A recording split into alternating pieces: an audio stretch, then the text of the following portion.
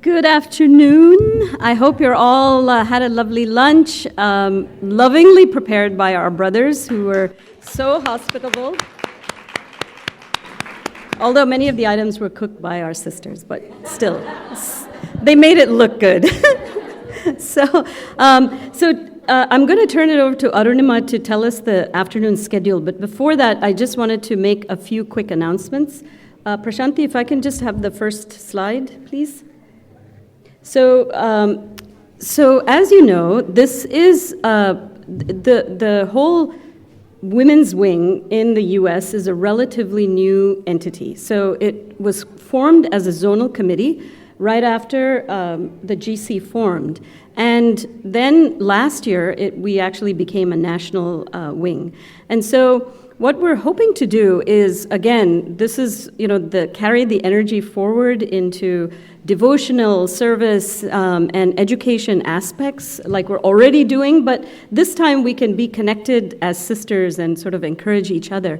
So to that end, we are asking each center to appoint a point of contact at the center level that will be shared with us. And that the purpose of that is really to build a community so that we can easily communicate with everyone. I think we've all experienced the fact that emails go into the ether, we can't find them, nobody reads them, et cetera, et cetera. So we'd rather have, be able to for all of us to connect directly. And so please, when you go back to your center, some of you already have sent us, especially in Region 3, and I'm very grateful for how proactive you've all been in Region 3, but all through the U.S., we're really trying to encourage every center to appoint a point of contact so that we can build that network. They will then be the conduit of information and communication this way, that way, so that it becomes a really seamless communication. So please, if you can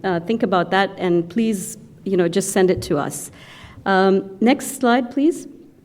So, wanted to talk to you about an opportunity that is coming up this July.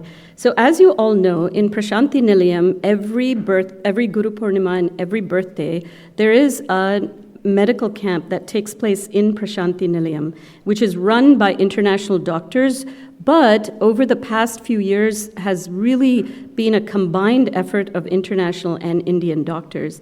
This year, because of our women's wing, we have been working on a preventive health initiative. We have been in touch with Dr. Narasimhan. Dr. Gita is very much involved with this as well. And so this year, he has wanted us to do a school health screening initiative. So I know that many of you have already signed up to go to the pilgrimage for Guru Purnima. And if you have, or even if you haven't, we really encourage you to be involved with this, because what will happen is on the Guru Purnima medical camp is the 7th to the 11th of July. On the 8th and 9th, we will be going to a school that is close by to the ashram to conduct a health screening for both the children and the school teachers. And then on the 11th, we have been given an opportunity to conduct some preventive health courses, to have a hygiene kit distribution, to have maybe a little cultural program. And it's a wonderful opportunity for us as women to be involved. So if you are going to the pilgrimage in July, please get in touch with one of us. We'll be asking for names pretty soon, and we would love to have you involved with not only constructing small educational posters, but maybe skits, especially those of you who are fluent in Telugu. We could really use your help. And also with the hygiene kits, and we can work together to figure out what should be in these hygiene kits and put it together. So that's an offering that we would like to make as a national team. And so we really would love your help and your involvement with that. So next slide. And then finally, as Brother Ratnakar said in his address today, we were recently informed about a month ago that there is a global Mahila conference being organized on June 6th, 7th, and 8th in Prashanti Nilayam.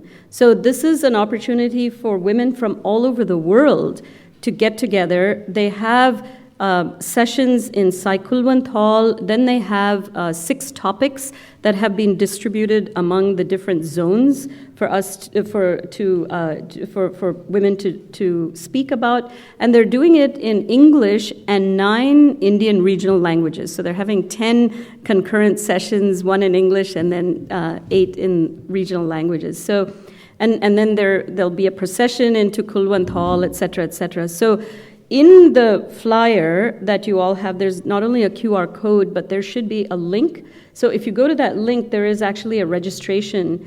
Registration is open now and will close on May 1st because because they have to arrange for accommodation. So anybody who registers and wishes accommodation in the ashram, they will organize it for you. So please, again, this is a wonderful opportunity for everybody to be part of this movement in the place where it all started with Swami and Prashanti Nilayam. So with that, I will ask Arunima, wherever she is, I think she's back here, to walk us through the schedule for this afternoon.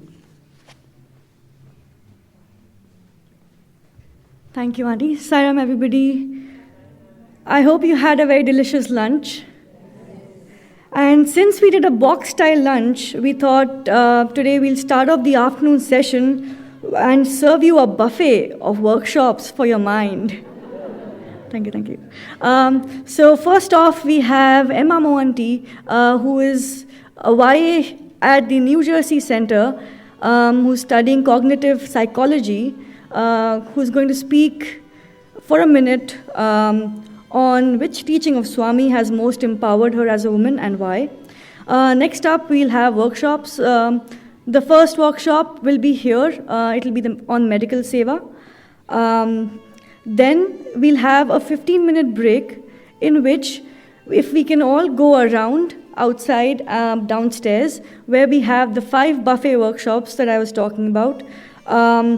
They are basically, one second, sorry. So hold on to your bindis because you've got 5 powerhouse workshops coming your way. Monkey mind management, digital dharma, life is a game, play it, keeping faith in uncertainty, and boardroom versus family room, balancing career with family. So after the medical workshop, let's head downstairs. The mind management will be happening in this hall. The rest 4 are downstairs. The rooms are all labeled, so it should be easy to find. Otherwise, find us and we'll help you out.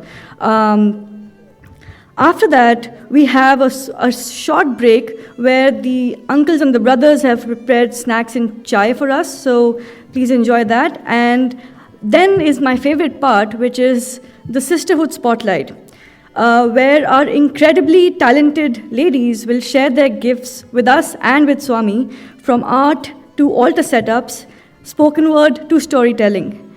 And after that, we have a young adult session with Sister Rita, with a very powerful session for YAs, because we're not just young adults, we're also very amazing. So buckle up and let's head on to our next afternoon session. Sairam. Emma, if you could. Sairam.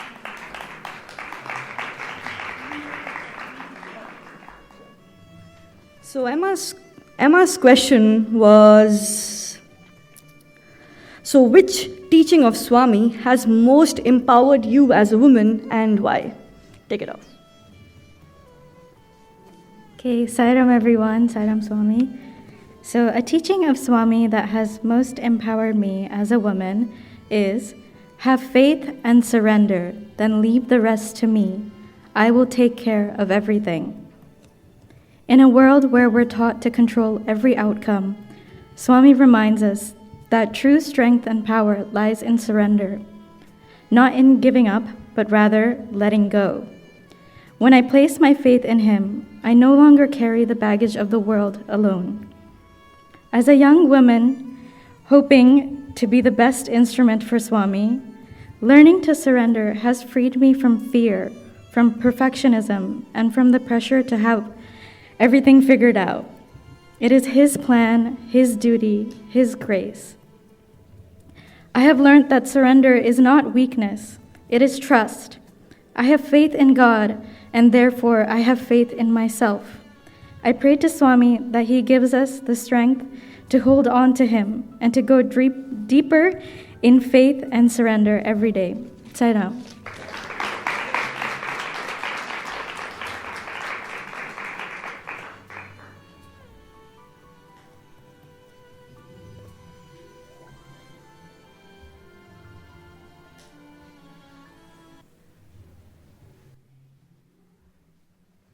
Next up, can we have Devi Sangram Aunty, who is from the Orlando Sai Center, to introduce the workshop. Saram.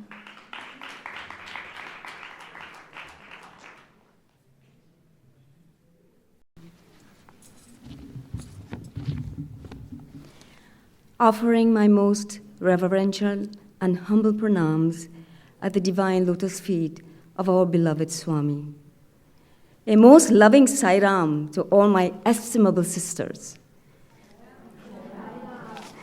Today, I have the great honor and privilege of introducing the facilitator of this medical seva workshop, Dr. Geeta Kamath.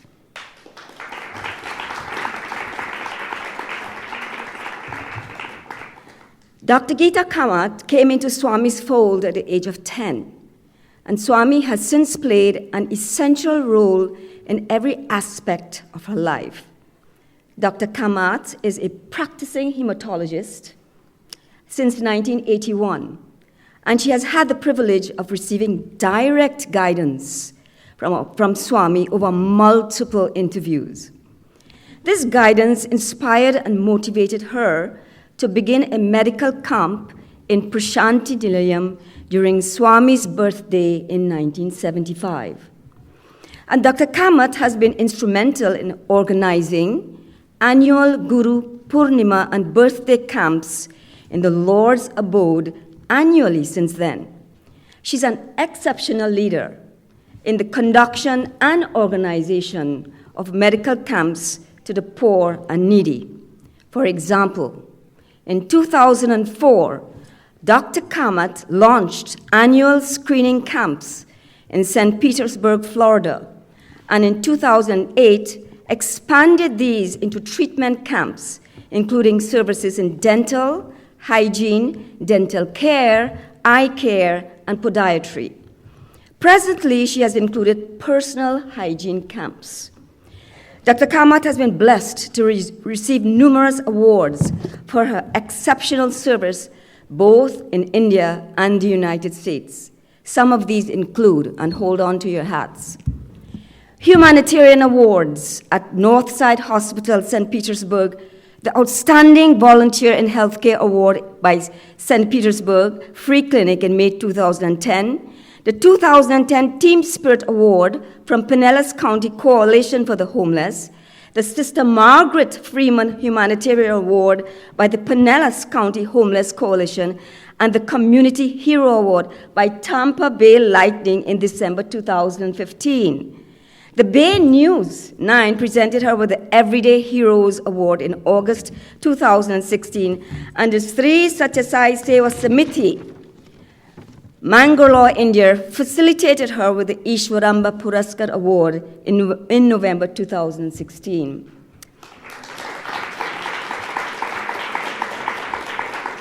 Obedience to Swami's word of giving back to the society our best and with what we are good at has been a priority for Sister Gita. And with gratitude in her heart for Swami for making her a doctor, she has dedicated her life in organizing medical camps for the poor and needy.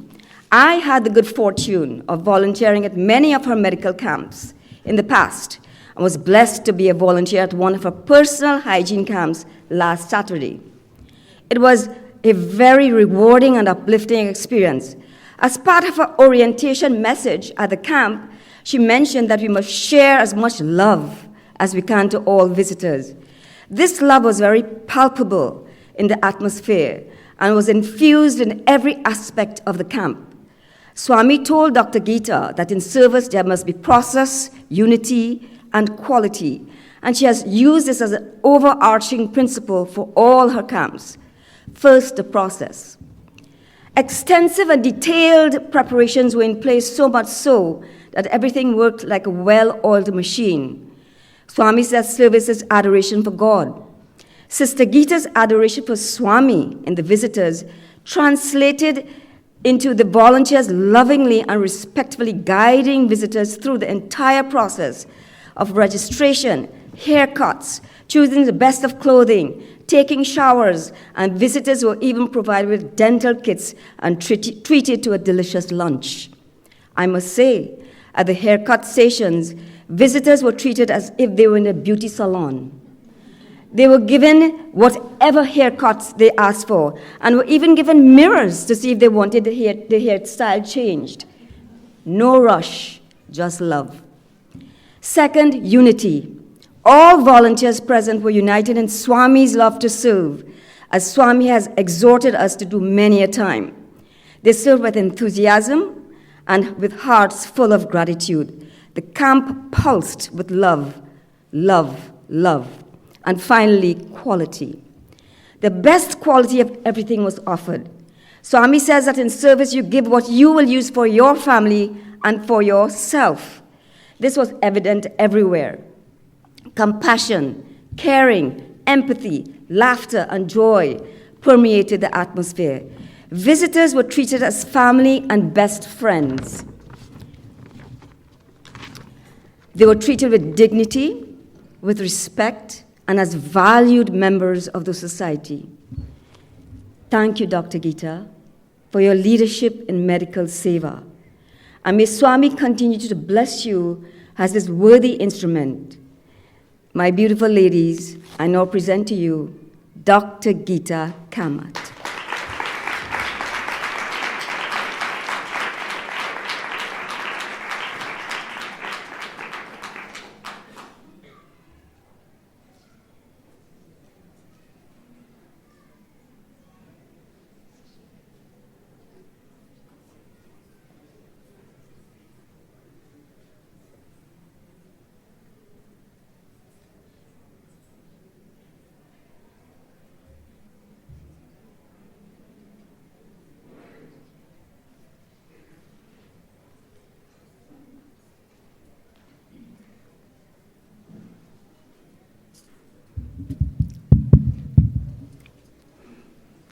My humble pranams to the lotus feet of Bhagavan, my dearest friends. First of all, I want to tell you all, I'm like Rita, I'm not a speaker. So whatever you hear from me came directly from him. I have no papers, I'm not prepared. I just put some of his teachings together, and we are going to build on it together. Sister Ramya asked me to give me 15 minutes to tell you all my experience with Swami. So tell me how I can tell you 60 years of experience in 15 minutes.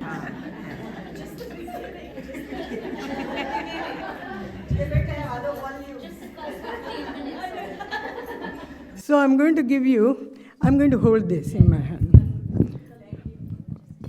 See, I have no papers to carry. So I thought I will tell you two things. What I am today, thank you. What I am today is because of him. He changed my entire life. At 14 and a half, I applied for med school. When I applied for med school, everybody in the family was opposed. My parents especially wanted to get me married and be done with it. It's like all Indian parents, they want them to get married and off they go. So I thought I will go with my real mother. So, of course, there were 10 people on the waiting list. They wanted me to get off and give away my seat so that they can come in. And my mother especially was saying that you should give up because women never really practice. That's happened in our family, unfortunately. Many of them became doctors, and then they ended up being housewives and wasted the seat. So that was the kind of frame of mind she had, that I would waste the seat and just become a doctor, But I didn't let it go at that point. So I said, my parents were constant visitors to Prashanti Nilayam. So the following week, they were going for some function. So I hopped into the car and I said, I'm coming.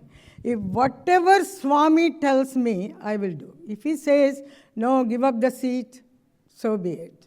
So we decided to go, and Swami called us for interview. Those days, getting interviews was so easy with Swami. Thank you, Swami, for that. Right, Gita? She's shaking her head. Because every time we went to Puttaparthi, first thing we would call is Gita's father to find out where Swami is. Because either he is in Whitefield or in this thing. So 4 o'clock in the morning, before we hop into the car, the first call is to her father to find out where exactly Swami is, because we have to change the route if he is in Whitefield or in this one. Anyway, so we went. Swami called us for the interview, and it was school time, and Swami was surprised to see me, and he asked me, what am I doing there?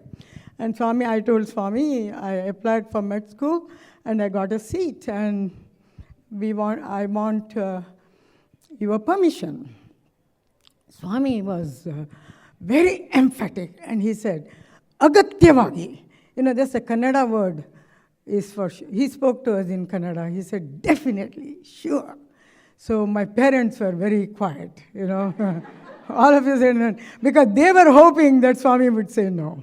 Because, Swami has said for a lot of women that they need to stay home and take care of them. That's where their role is to stay home. And they were very surprised that Swami told me I should take And that's why I am a doctor today. If that very minute, if Swami had not said, I would have never be able to do any of the medical seva that I did. So that's one.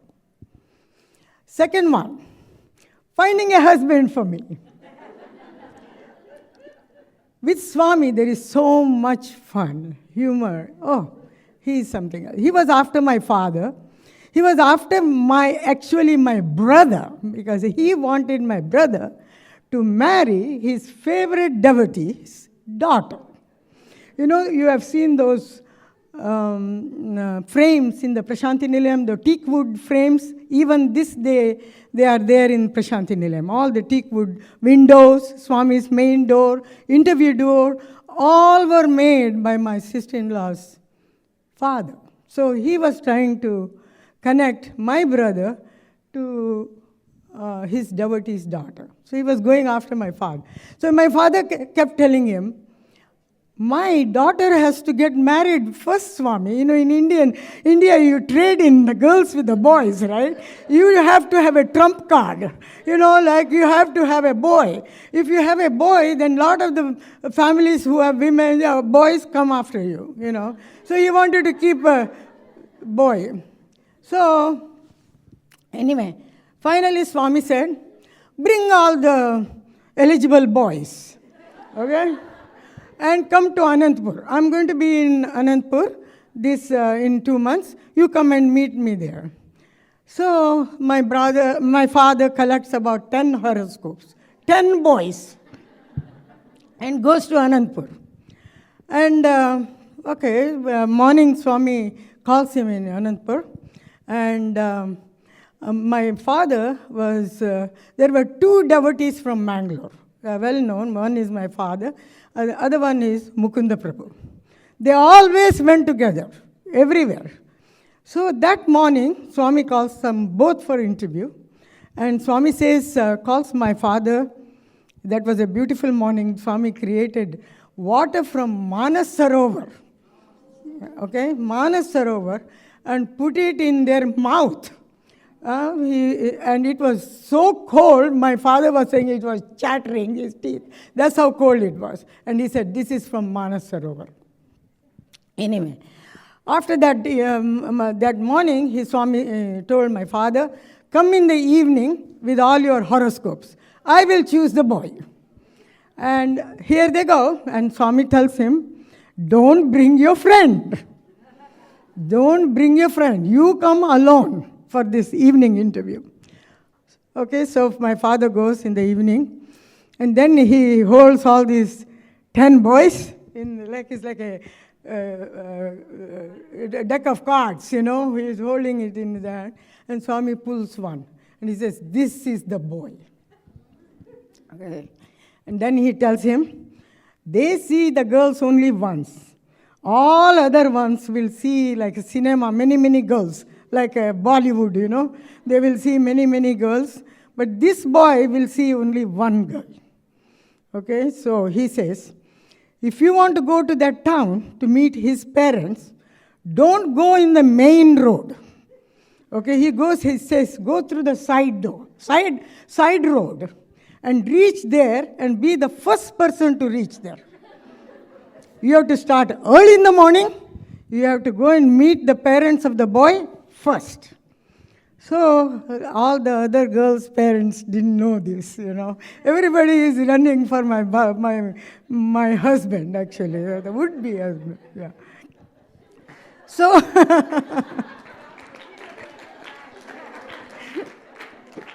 so my father, I still remember, my sister was there. She was in US at that time. She was married. She was putting all the makeup and things like that. And I said, I feel so unnatural. I can't even go for this thing like that. I want to be myself.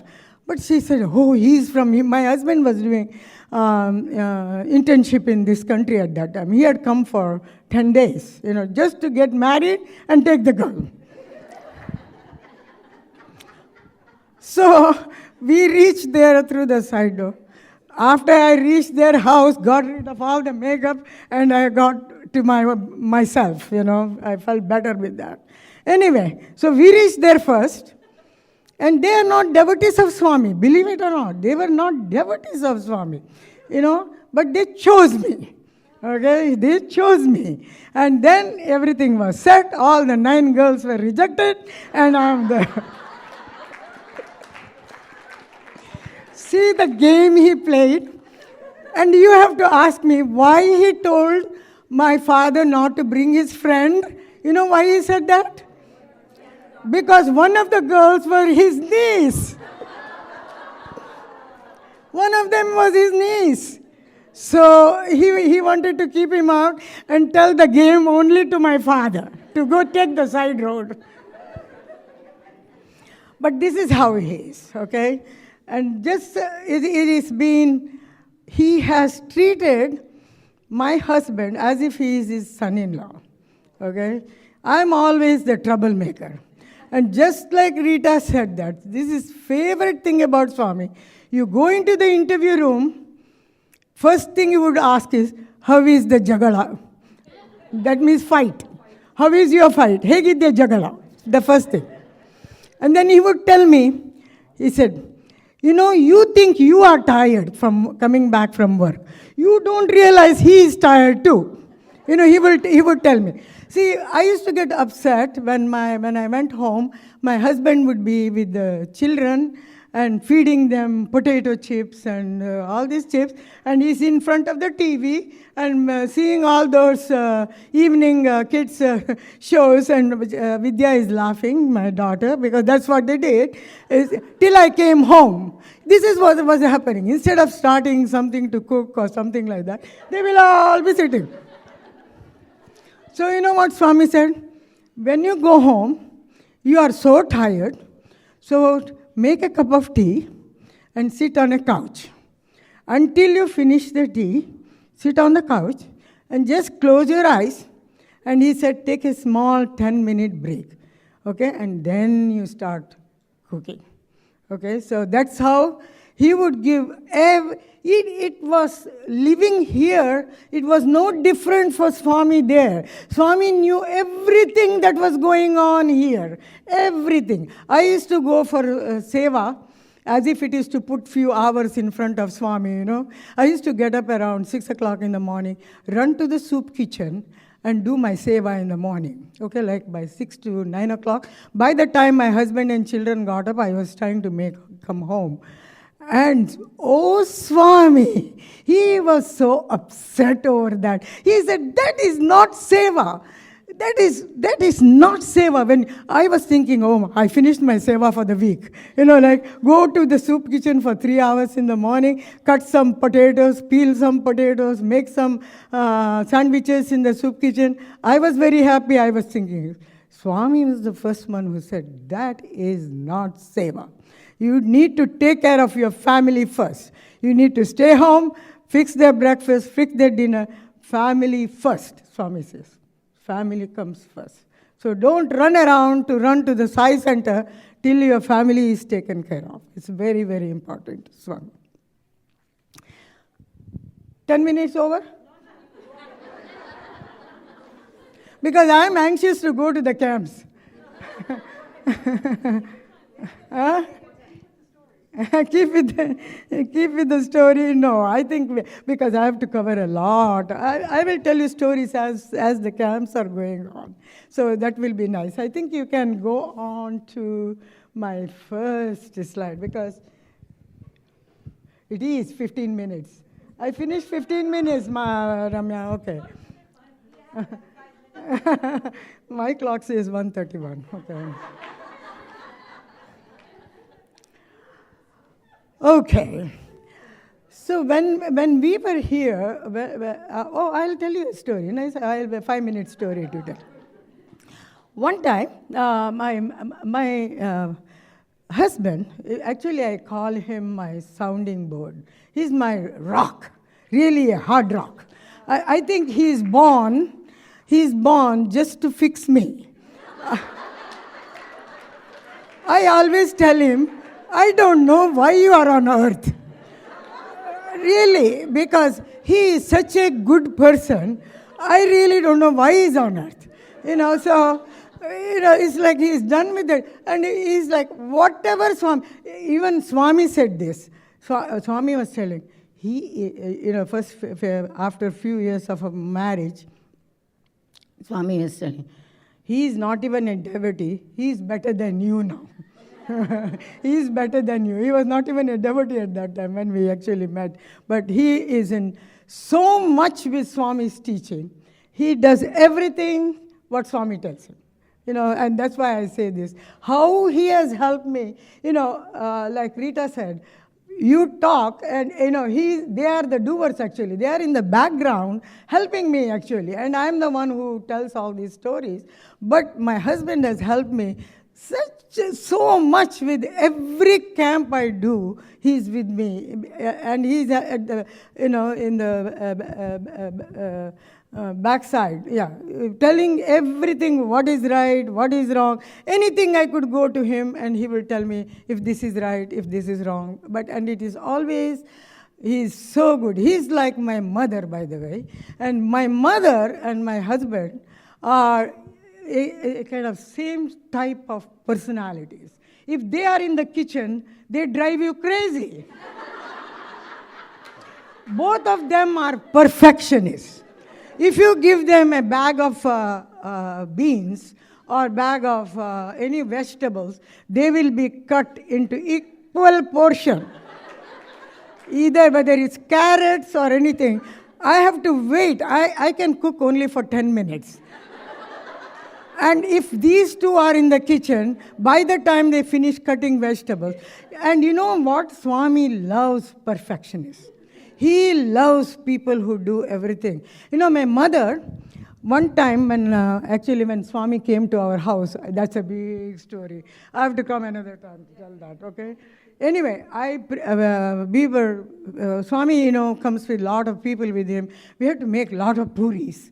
And my mother prepared the dough, and myself and my sister were rolling the rotis. And then it is our left, and she sees our rotis are all imperfect. They were all like a triangle, square, you name it, rectangle, everything. And she was so upset. She put all of them together. Can you believe it? And she single-handedly sat and did all the puris for Swami. All the puris. And they have to be perfectly round. perfectly round. So, and that's what Swami likes about her. Swami himself said, she is the most stable force in our household, he said, because she did everything. She would sit till 4 o'clock in the morning. If our 6 o'clock we get into the car to go to Parthi, till 4 o'clock she will be preparing ubbatu for Swami. Till 4 o'clock. Perfect round. Perfect. And she will put it in a separate container for Swami. And then we go to Parthi. And Swami, used to wait to receive them. Because she put so much of her heart into it. And when she would sleep, entire trip from Mangalore to Parthi, she will be sleeping. And when you get there, Swami will be waiting for her ubbatu. That's how much love he had. And that's how he receives things. What you put in it.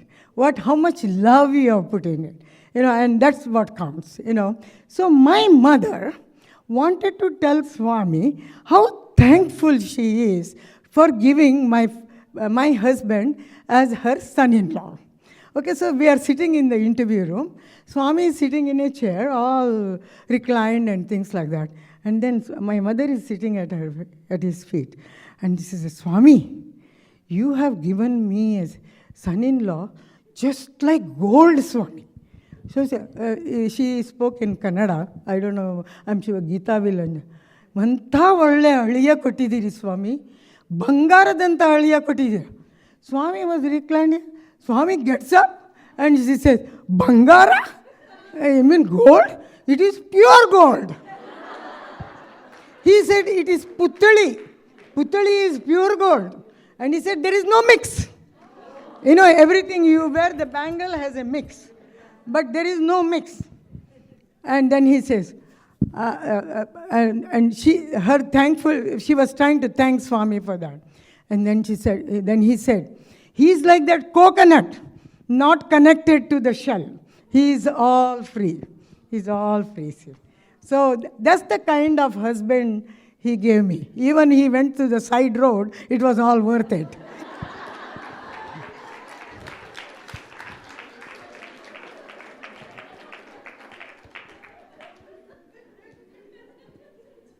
Finished?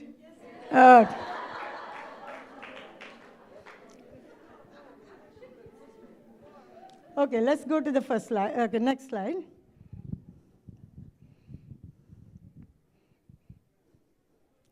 Okay. Everything I have put in these slides is from Swami. Everything is based on his talk, his teachings. Everything I did with his teaching. So if you want not to be born again, listen carefully. I know they gave us double portion lunch today, and you're going to sleep. I know that. So you better not sleep because you don't want to be born again. If you want to be born again, then the talk is finished.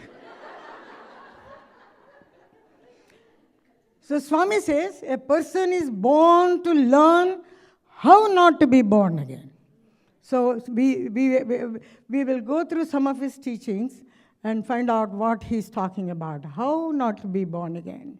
Next slide. See, in these yugas, Satya Yuga was there where people were very pure. They didn't have to do anything. They were very pure-hearted. Then came the Treta Yuga. They did the tapas. Dwapara Yuga came and they were doing yajnas. Then came the Kali Yuga. This is the Kali Yuga we are in. Monkey mind. He has no way to fix every single person. There is no Ravana here to kill one person and you're done with. Or Duryodhana, you kill them, you're done with. If Swami has to kill, he has to kill every one of us. Because there is a good and bad in every one of us. Except Dr. So, he had to find a recipe how to fix us. Okay? So the next slide tells us the Swami's recipe for Kali Yuga. Okay, this is Swami's recipe. It's not sambar and rice. So what did he come up with? He came up with the two simple things. And this is what can fix us. This is how we don't have to be born again if we follow these two simple teachings of Swami's. One is repetition of the name of the Lord, Namasmarana, right? Can you go on saying Namasmarana like a crow? No. It has to come from a pure heart, Swami says. That needs to be corrected. Repetition of the name of the Lord from a pure heart. One time, Mother Yashoda was looking for Krishna. She went everywhere looking for Krishna and cannot find Krishna. Asked the gopis, where is Krishna? Everybody is calling for Krishna, but they cannot find Krishna. Then finally they went to Radha. Radha said, Krishna, and Krishna was right in front. That is the pure heart Swami is talking about. That's how the yearning has to be. So when we sit here and think about 100 things and do a bhajan, Rama, Rama, Rama, Rama, Rama, and you are in this movie, that school work, this school work, everything is in our brain, but the lips are saying Rama, Rama. That is not counted. Okay, so it has to be repetition of the name of the Lord with a pure heart. So we have to clean this. We have to clean our heart. Now the other wing of this bird, if you want to soar high on the sky, is the selfless service. Not just service. Everybody in this entire world do service. All the churches do service, every organization does service. But nobody has taught us what is selfless service. Only Sai organization taught us what is selfless service. If there is self, it is not service. Okay? If there is self included in that, then it is not service. And if you can look at that bird, look at that carefully, the selfless service, the wing is higher than the repetition of the name of the Lord. Okay? And why do you think that is? Because selfless service is higher than the repetition of the name of the Lord. You know why? Because every time you are singing bhajan, every time you are leading the bhajan, you are always thinking, how did I sing? Oh, the crowd liked my singing. I have a beautiful voice.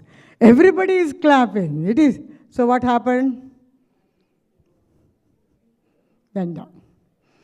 In selfless service, when you do, there is no self. In that very minute, when you are doing service, the little I of yours is not there. You are thinking about the guy you are serving. And that little minute, you have separated yourself from yourself. In the sense, you are with God in that minute. That's why selfless service is the highest form. I will tell you an example, a simple example. My group in Clearwater is just an amazing group of volunteers. We had so many things on the table one time for one of the camps. We had eyeglasses, we got so many things people could pick from. But one homeless guy comes and his pant is hanging, okay, and he's saying, do you have a belt? We did not have belt. We had everything else, we did not have belt. One of the volunteers, he had bought this belt a week ago, new belt, took off his belt and gave it to the guy. And I was worried his pants would fall off.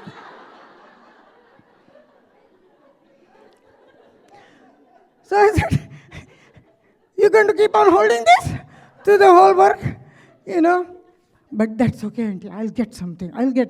I couldn't handle when he said he was asking me for the belt.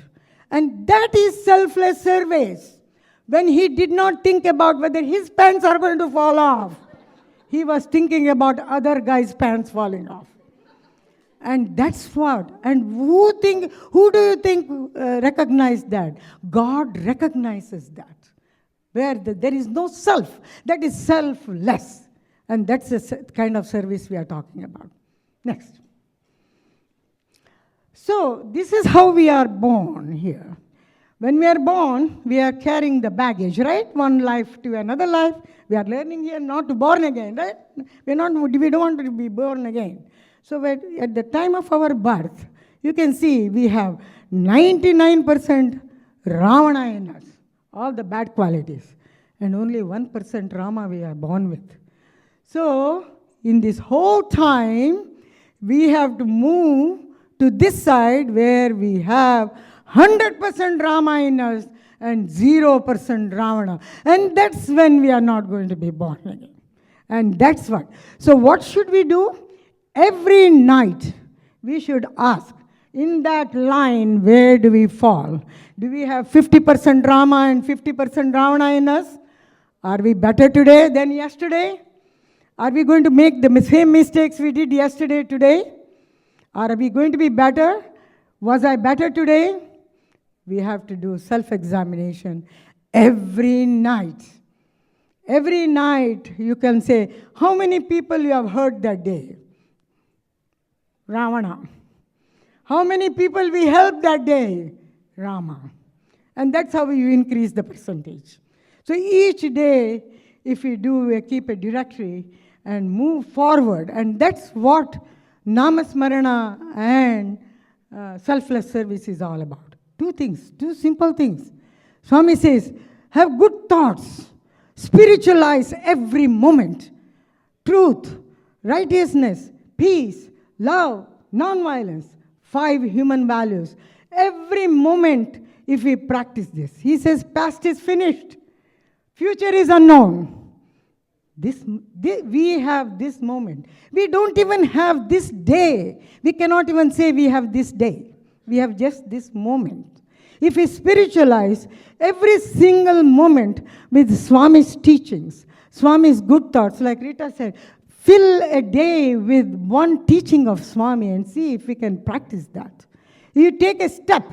If we take one step, Swami takes 10 steps. I would say he takes 100 steps. Really.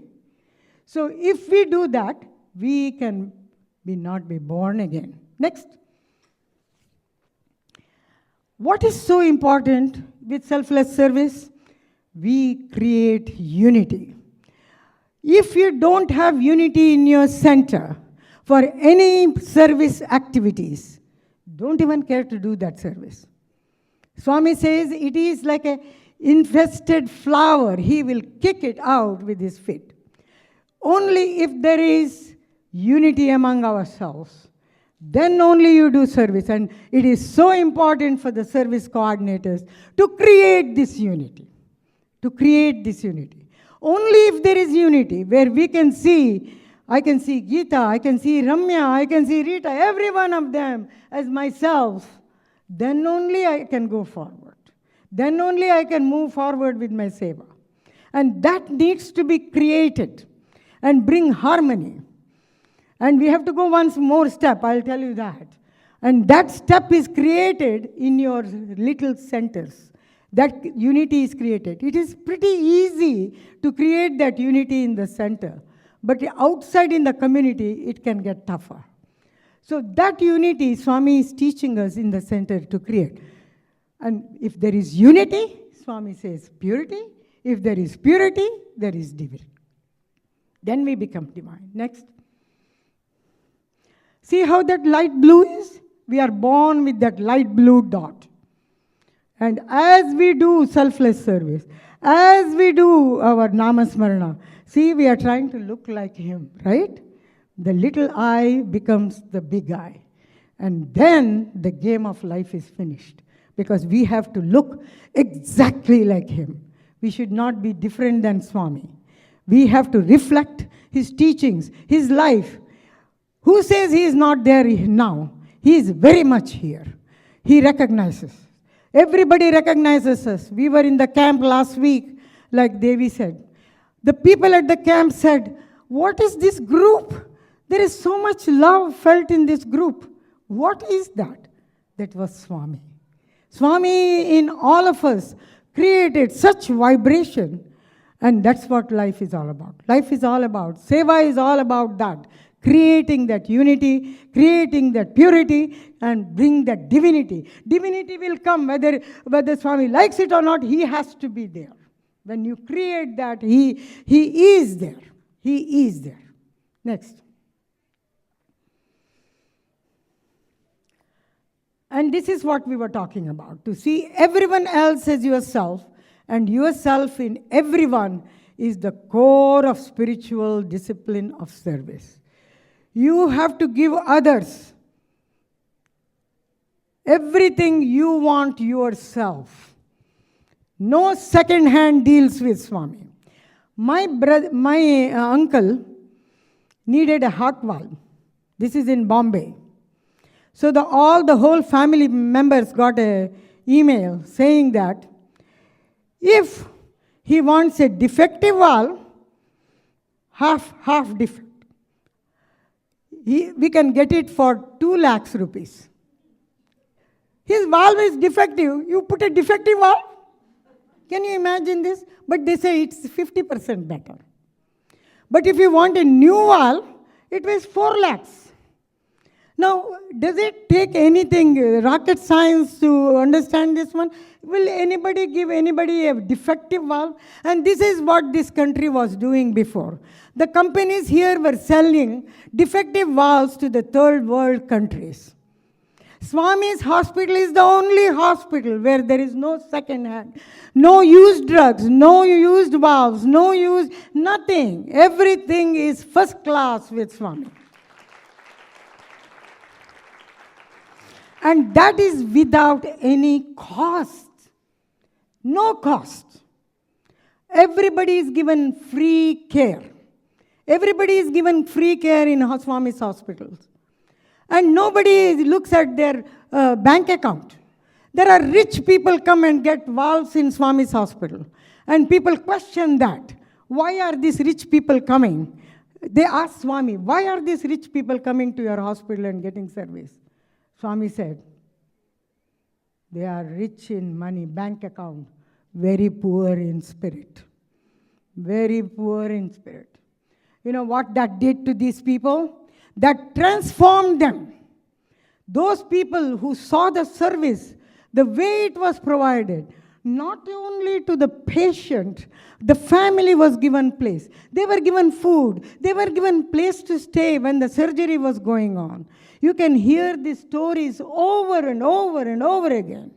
So supporting Swami's 2 hospitals are the 2 eyes of Swami's. It is so wonderful. But that is what Swami taught us. You give everyone what you would like for yourself. No second-hand deals. You all heard about Swami's story about a lady who gave out rice with infested rice. And she denied it. And then Swami said, wait, I will bring the rice you gave. He went inside the interview room and bought a bag of rice. And he said, this is what you gave me. Because who came to receive it? Swami went to receive it. So don't ever think Swami is not watching. Swami watches every single thing that you do. What you are giving. It's very, very important. You give, even if you give one grade higher, it is better. But don't give used clothes, used shoes, used things. Doesn't work in Swami's organization. Next. Do not hurt the feelings of anyone by harsh treatment. We cannot always oblige, but we can always speak obligingly. This is something I tell Swamis, our volunteers, all the time. Because during our camp, people come. People get dental work. They want a denture. They want this. They want, you go to do a hairstyle. They want hair braided. Things like that. They have a lot of requests come. But when you don't have something, You can always speak obligingly, but don't ever tell them. I've worked with other organizations. They look down on people. When we do service, that's one thing people feel so good about, is because we do not look down on them. Service, we look at eye to eye. They are not lower, they are not higher, we are not higher, we are one. And that is very, very important. Never hurt their feelings. Take it or leave it. I'll tell you something in our shoe story that is going to come up. Take it or leave it. No, we don't do that. We never say take it or leave it. We try our best to give the one they want. We try our very best to give the color they want, the shoes they want, the type they want. We deliver that, the shoes they want. I'll come to the podiatric and I'll tell that. But we try to oblige. If you don't have something, don't hurt their feelings. Then you miss out on the service. Help ever, hurt never. Never hurt. Okay, next. First lesson in service is to be learned in family circle. Nowadays, we try to spoil our children a lot. Children don't do anything. We must make sure, all the mothers here, you must assign duties to your children. That has to start very, very young. Very, very young. They must learn to keep the garbage out. They must learn to keep the tables clean. They must learn to do the laundries. They should have self-reliance. Olden days, they used to go to Gurukulam, where they learned. There is no Gurukulam now. Gurukulam is our own house, and that's where they have to learn. You cannot put your mother and father into difficulties all the time. Take charge. Take charge of things. Assign duties and do share all the things. And when there is a center activity, seva activities, it is the duty of the service coordinator to have some service activities where the entire family can go. See, for my medical seva, I cannot have children. It's because that's the rule of the place. And Swami says we always follow the rules of that organization or that place. And they don't allow children to come. But you have library duties. You can go nursing home duties. Our center people, our Balvika's teacher, takes the entire group to the nursing home. They all sing with the elderly together. They have an ice cream social. They make smoothies together. Children and the elderly people, they sing together. They play the instruments, things like that. So children, you have to have a separate type of activities per every center. You must make it is called the entire family seva. You must have that. Then as we go, Swami says, then you are going into the family circle, to the community. It's so interesting for my medical seva. I was finally able to bring the age group to 16 because I was able to talk to them. Under parental guidance, I was able to bring the 16-year-olds now because they enjoy these camps so much. They enjoy the camps. So I had to bring down that age for some young adults to the age of 16 to 18 is allowed. 18 was little, we were losing out on a lot of people. But when you bring the kids at 16, they are so excited. I will show you some of the pictures of those. Next. And then, of course, you go to the country, and then we go into the disaster relief, going to Haiti, going to here, going there, for all the disaster reliefs on the world. Next. So what is happening with seva? Many of us think that when we do seva, we are helping them. You need to get that out of your mind. You are not helping anyone. You are helping yourself. Okay, remember that selfless service? Every time you do the service is your own reward, Swami says. If you have a grade 1 to grade 10, every time you do this seva, you are slowly climbing the grade. Okay? We are going slowly going. That's why it says it reshapes you. It reforms you. You are not helping the person you gave the shoe. You are the one who is receiving it. You are getting credited. You are getting the credit of that seva. Okay, so we are going to come to that a little bit later, little bit more in detail, and you can understand that, because Swami says, don't look for any kind of reward from the seva. Oh, this thing was so good, and we served this many people, all that is not important. All that is not important. Swami says, every seva you do, you are graded. You get to go into a higher class. You go from first standard to second standard to PhD. That's where you are not born again. You want to go to PhD, then don't look for any recognition from your seva. Next. This is very important. When you stand forth as a servant, you meet all types of people. See, when you are in the center, we all are friends, right? We are Sai Ram, Sai Ram, Sai Ram, Sai Ram. You do study circle, Sai Ram. You do SSC, Sai Ram. You all are friends. You are hugging each other. You are doing all the work together. Very easy. Doing seva in 4 walls, very easy. You go outside in the community, and that's where the problem starts. When people question you, and Swami says, they may be cooperative, then you can meet people who are cantankerous, obstruct your work, they argue with you, they threaten you, they question your authority itself. One time I was doing a podiatry camp. We usually go the day before to do the setup. By mistake, our president had put the entry of the camp was the front side of the health department. Our entry is usually the side door. Because that was put on the flyer, when I walked in, the lady who was going to be in charge, because usually the health department person also is in charge with me to help through the whole camp. So she said, I cannot allow you to run the camp tomorrow.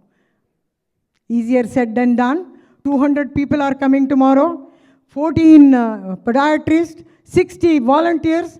What do you do at 5 o'clock in the evening? And next morning is the camp starting. So I sat with her. See how Swami tests you. He wants to know how you handle the situation. I could say, who are you? I will call the CEO, who is my friend also. I can call him and threaten her. See, Swami doesn't like all that. So I said, do you have an office? Went to the office, sat in the office, and I said, what's the problem? Oh, you put on the flyer, the entry is in the front, when you are saying the entry is from the side door. I said, if that's all the problem is, I will put 10 volunteers. I will hand carry your visitors from the front door to the side door. I said, there will not be any kind of confusion. I will take personal responsibility for that. And that will happen. People will not get upset, angry. She said, fine, we will do that. And guess what? Next day for the camp, she not only brought herself, she brought her husband, she brought her daughter, she brought her son, everybody for the medical camp. Everybody was for the podiatry camp. Everybody got a new shoe. Yeah. See, that's what Swami is looking for. How did you approach all these people when they are cantankerous, when they are not cooperative? He is constantly watching you, how you are handling the situation. If anger is received by anger, then you have lost it. You failed the game. You failed the game. When they are angry, you have to reach it with love. You have to be talking to them lovingly. In fact, there was a volunteer with me. He was ready to jump on her. I said, move away. Move away. I will give you some other job to do. move away. I'm going to deal with this myself. Because he was going to question who she is. So that's one thing you should not do is attack the person. When you attack the person, it ends up with fight, right? So you never approach anything with attacking the personality. You see what the problem is, how you can fix the problem. Next. And this is what happens when you do deal with those situations. They toughen your character, train you to become equal-minded. So when the next trouble comes, you are ready. You know how to, you have become a seasoned person now, how to deal with that. Next. Service helps you to remove the ego. See, this is the most important thing. As long as Swami says, no one can serve another while his or her ego is rampant. You know, you should never say it is Dr. Kamath's camp. It is Swami's camp. Never allow your ego to rise, ever. It is all done by him, for him, with him, in him. Everything is done by him. So minute you say you take the ownership, you have lost it. Okay, next. Simplicity, sincerity is more important. Your camp has to be very, very simple. We don't need CNN. We don't need Fox News. We don't need Bay News. We don't need any news to look at our camps. You know, they are busy covering all the murders and killings and suicides and what else and make the headlines. You know, a camp like this will never be covered, and we don't want to be covered. I do not allow our camps written on even on the newspapers of example for Soup Kitchen. They always want to interview us and do a write-up, and I say no. I say no. Because then you lose the beauty of that camp. You know, you have offered it to Swami. What are you taking from it? Once you have offered, you have given it to him. You cannot take it back. If you allow them to all these awards, I did not want those awards. I hated those awards. But they came along anyway. I took it in the name of Swami. And I keep it at his feet in the house. I don't even want those awards. What am I going to do with those awards? It didn't mean much. But it meant something for the center, people to get encouraged. They were very, very excited about doing more camps, helping the community, things like that. But those awards don't mean anything to me. Next.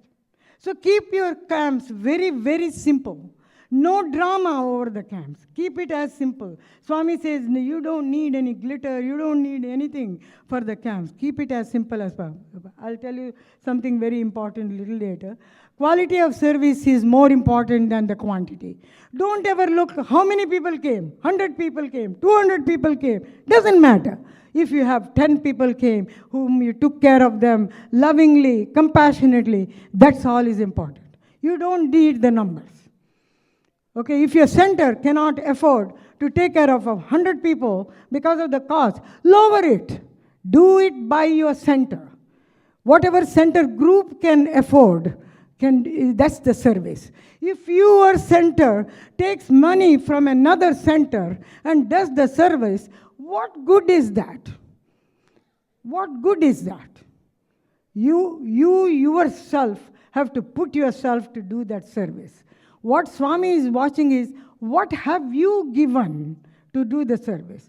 When Swami built the super specialty hospital, he didn't come on the dais to talk about all these big guys who gave millions and millions of dollars. He came on the dais to talk about a little boy who washed his own clothes and didn't pay the dhobi for 3 months and collected 100 rupees. And Swami gave it to Swami. Swami, this is my contribution to the super specialty hospital.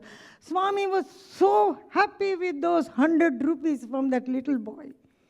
He didn't talk about all the people who gave them millions of dollars, but he talked about. And that's what Swami is talking about, is the quality, how it is coming from your heart. And that's all is important. So camps don't have to be big. Camps can be very, very small. It can be 10 people, 20 people, 25 people. That's okay. Whatever you guys can put up. See, when we did the podiatry camp in our center, we said, whole membership should come together. That's where you are creating unity.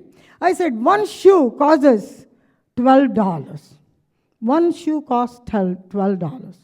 We did not want to give a $30 shoe because they sell it in exchange of drugs. So you have to be watchful of that.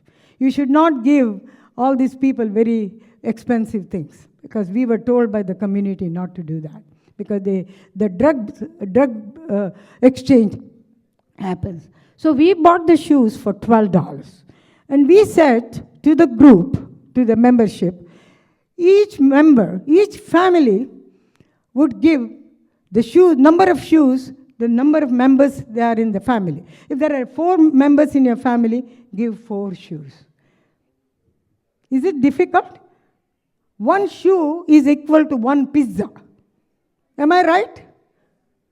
You give up 1 pizza, you can get 1 shoe. It's as simple as that.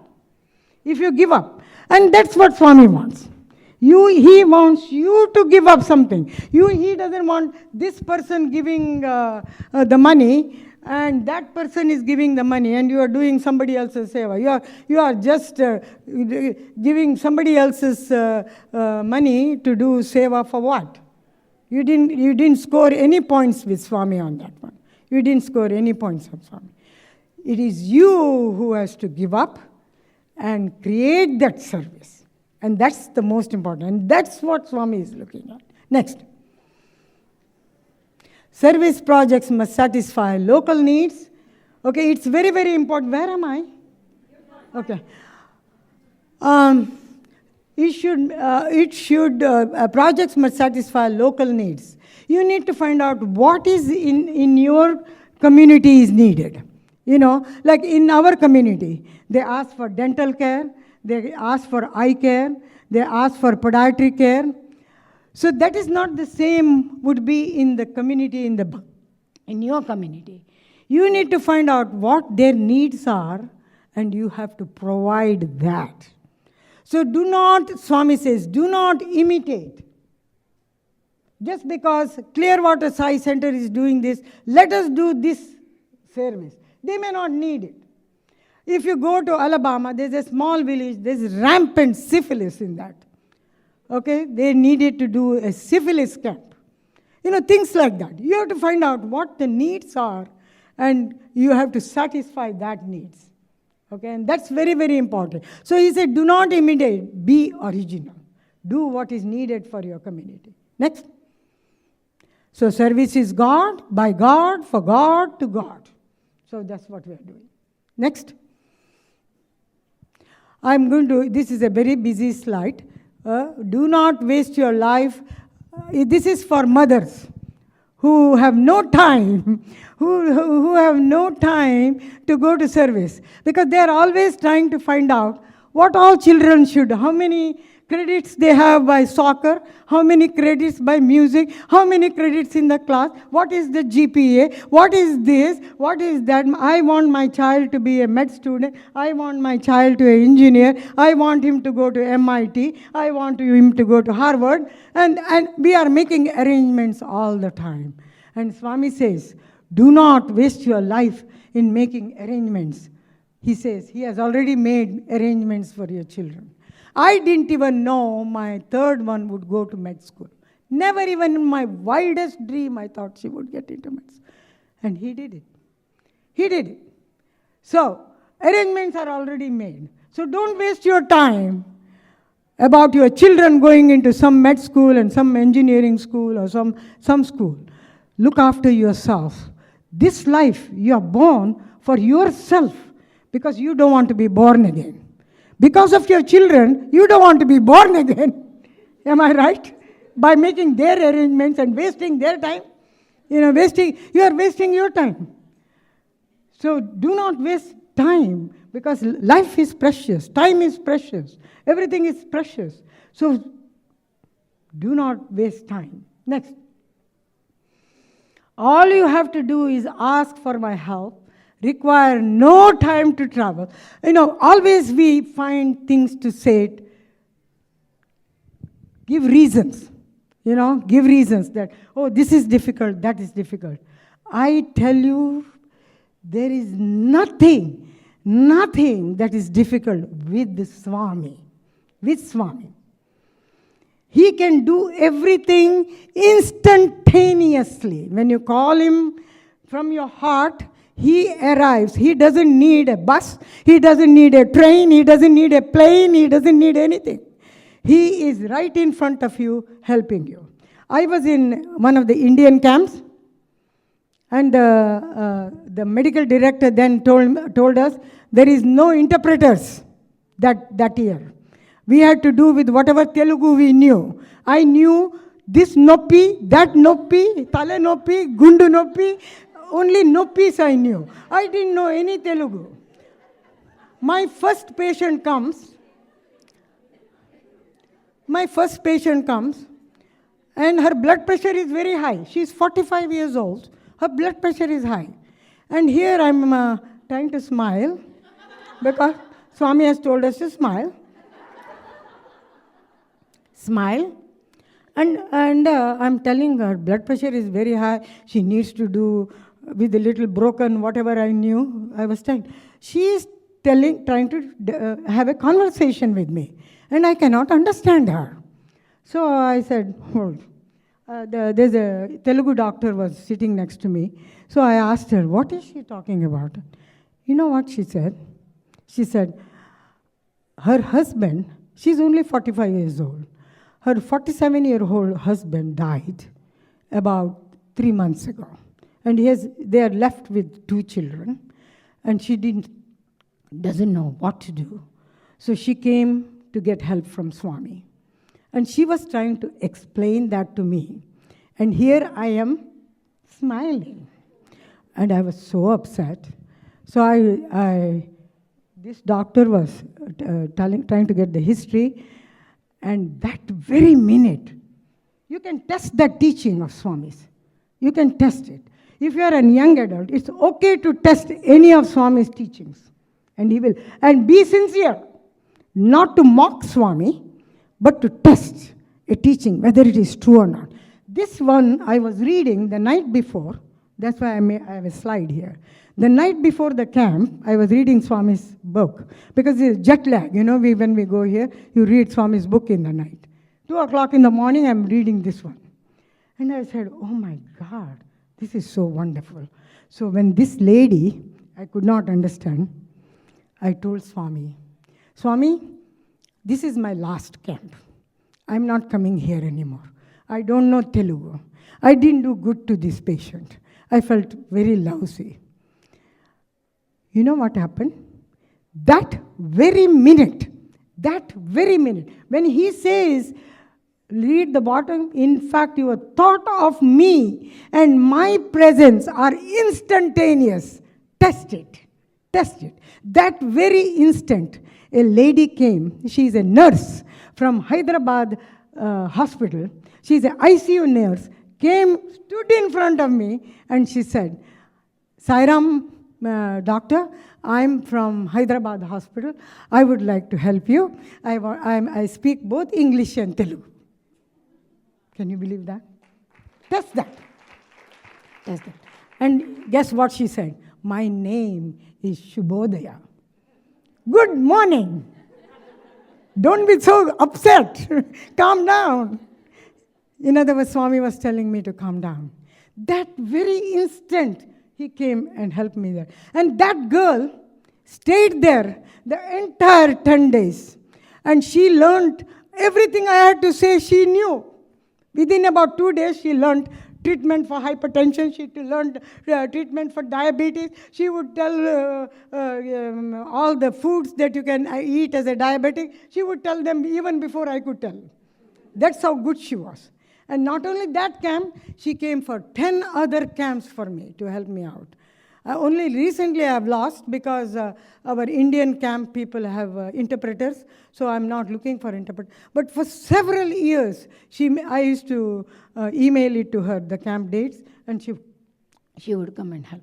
So Swami's help I want you to know, is not one time.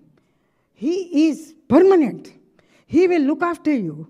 He will come to you. He will help you.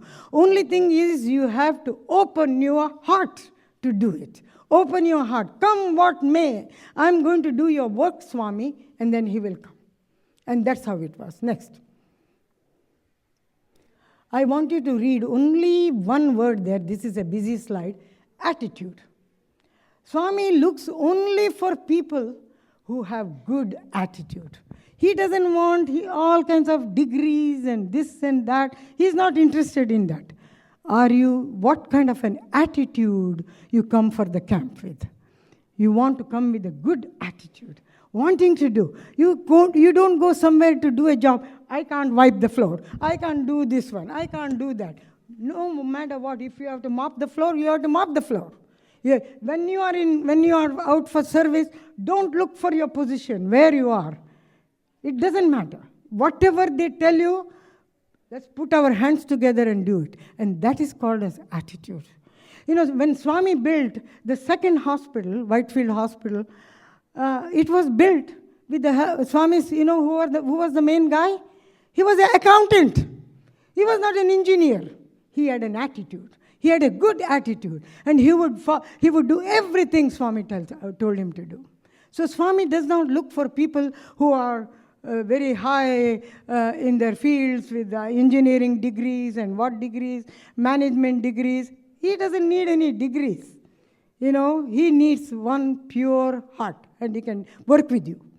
And the enthusiasm to do the work. Very important is the enthusiasm to do. Next. Okay, let's run through the camps. Okay. This is the slide I use for every camp of mine. I make him in charge. And when you make him in charge, every camp of yours goes very, very well. He will tell you all the details. I have a very bad habit of not making any list. I don't make any list. Everything is in this brain between these 2 years. And then he becomes my list maker. He reminds me of such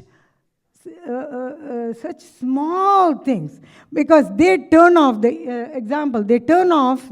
air conditioning in the health department at 3 o'clock on Friday afternoon. And it is off for the weekend. And one camp, I had forgot to do that. And then I said, Swami, that's in the list, is to call the day before.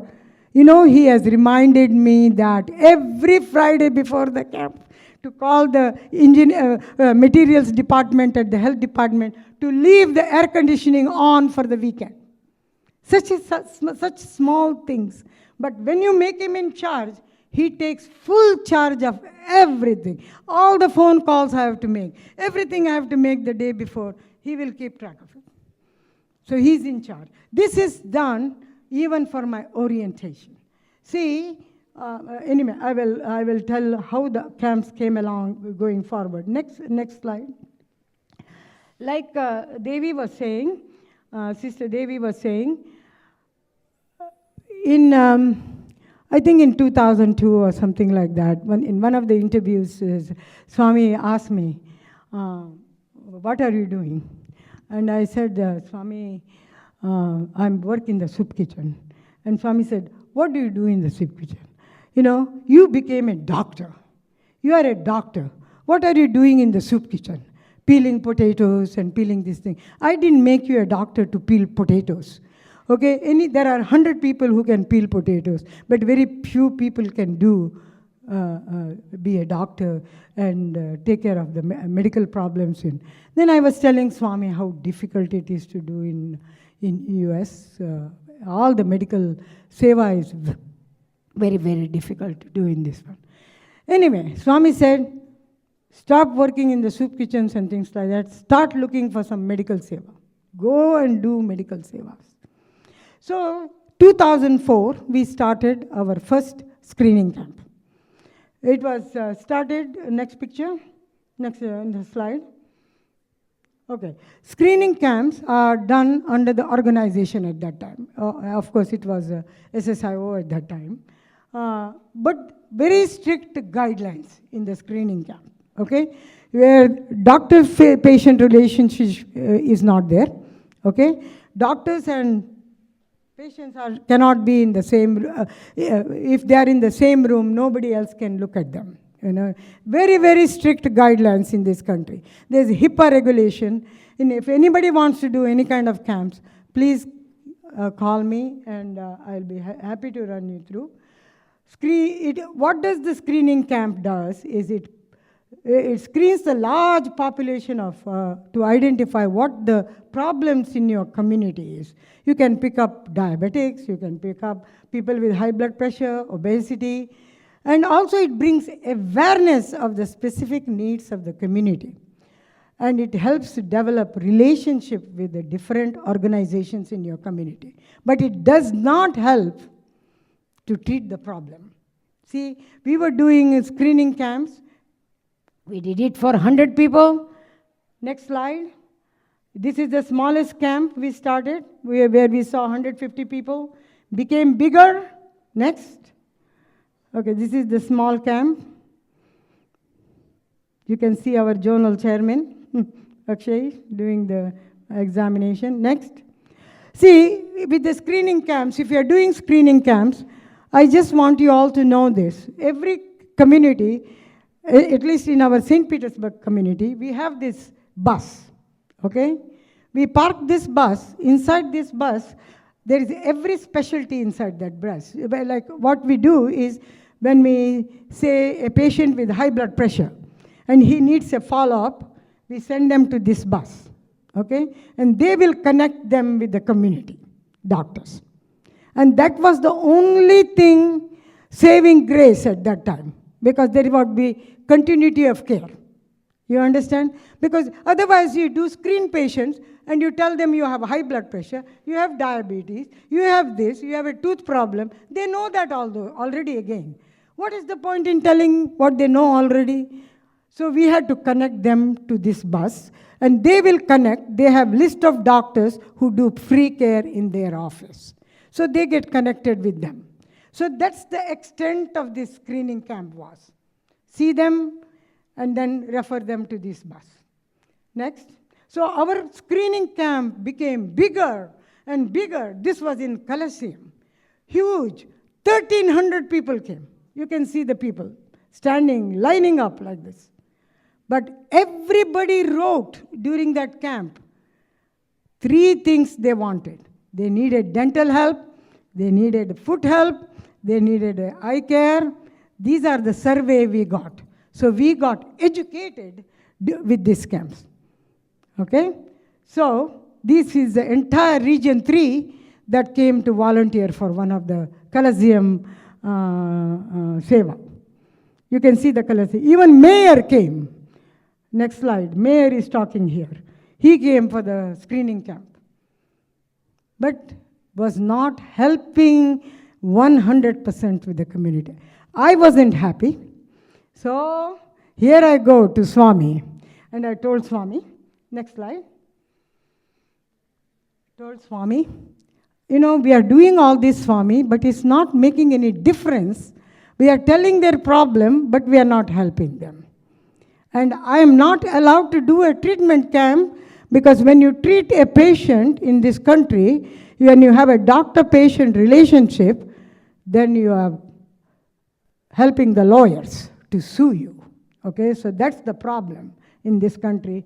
Doing the treatment camp is the legal system is very strong. They not only come after our center, come after our organization, they can even go to India and go after the organization. So that is very, very serious problem. And I was trying to explain that to I explained that to Swami. And I said, Swami, all these screening camps, we are able to screen, but we are not helping the people. And Swami said, don't worry, you go ahead, you do it. Now I come back to US, talk to the organization people. Of course, they put their foot down. They said, there's no way you can do treatment camps. No way you can do treatment camps. But whom to listen? Swami or the organization? So what we came up with an idea is to take Swami doing the altar and everything which we did during the screening camp. We folded all that, put it in our heart. Okay? No altar, no shirts, no organization name, clean shirts with no name of the organization. I said, let's bring Swami into our heart and do the service and the treatment camp with that spirit. And it worked. It worked. For first 2 years, the organization was not talking to me about what I was doing. But in this entire country was watching these camps and how helpful these camps became. So the first thing I did after that interview, I prayed to Swami and I drove to this free clinic with Sai Gayatri on my tongue, went here. Very scared, very nervous. First time, you're always scared you get rejected. And that's what all my doctor friends tell me. When they go to the community, first thing is, what do you want from us? And they reject you immediately. This lady is the hardest nut to break. Okay? I walk into this free clinic. I was received by Swami's grace by a nurse practitioner who worked with me in ICU at our hospital many years ago. So she knew me very well. So I crossed one bridge. And the second bridge was the CEO of the free clinic. She was the vice principal of my kids' school. So I passed the second bridge. And this one was the third one, the hardest one. If she didn't say yes, the whole thing will fall apart. But those two were standing on either side of me. It was like Swami is standing on either side and trying to sell me. And she said, oh, we know Dr. Kamath. We know this one. She will do good work for you. She will. Okay, after 1 hour of back and forth, she said, 3 months, we are going to do the Saturday clinic. She agreed for 3 months of free clinic. 1 Saturday a month for 3 months. And she was going to see our work. So 3 months to 30 years, we are still there.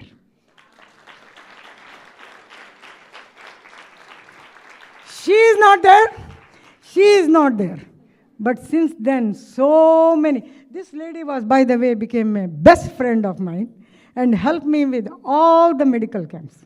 Okay, so when we started working in the free clinic, the first thing we heard from the nearby hospital, there was a death. A 26-year-old died of a heart condition called endocarditis, which is inflammation of the heart valve, and that happens from the dental infection. She could not get dental care. Her dental infection got worse, got into the bloodstream, affected the heart valve, and she died. So the CEO of the hospital got in touch with her and me and said, we need to start a dental clinic. See how Swami did it? Did I do it? Swami did it. When he says he is going to help, he will find the way to help you also.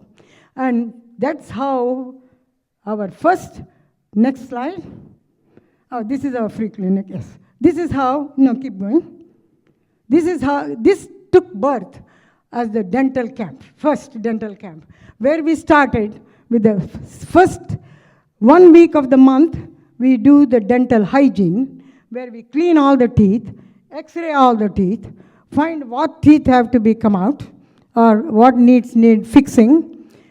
Third Saturday of the month, we do the treatment camp. Now, for the dental hygiene camp, we need all those people, dentists, hygienists, this one.